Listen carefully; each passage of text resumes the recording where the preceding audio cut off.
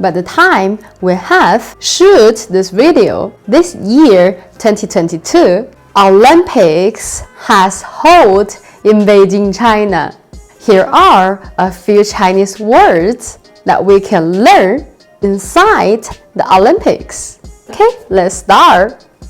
Olympic Games 奥运会开幕式 Opening Ceremony 吉祥物 Mascot 颁奖典礼 Medal Ceremony 铜牌 Bronze Medal 金牌 Gold Medal 击剑 Fencing 体操 Gymnastics 桌球 Table Tennis 网球 Tennis 射击 Shooting 举重 Weightlifting 摔跤 Wrestling 滑冰 Skating 滑雪 Skiing 马术 Equestrian. Okay, so what have you learned? If our video has helped you, don't forget to give us a thumbs up.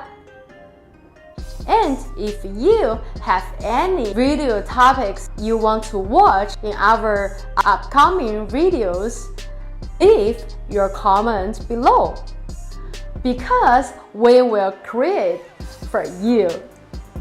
And if you haven't subscribed our channel yet, please hit the subscriber bell button below.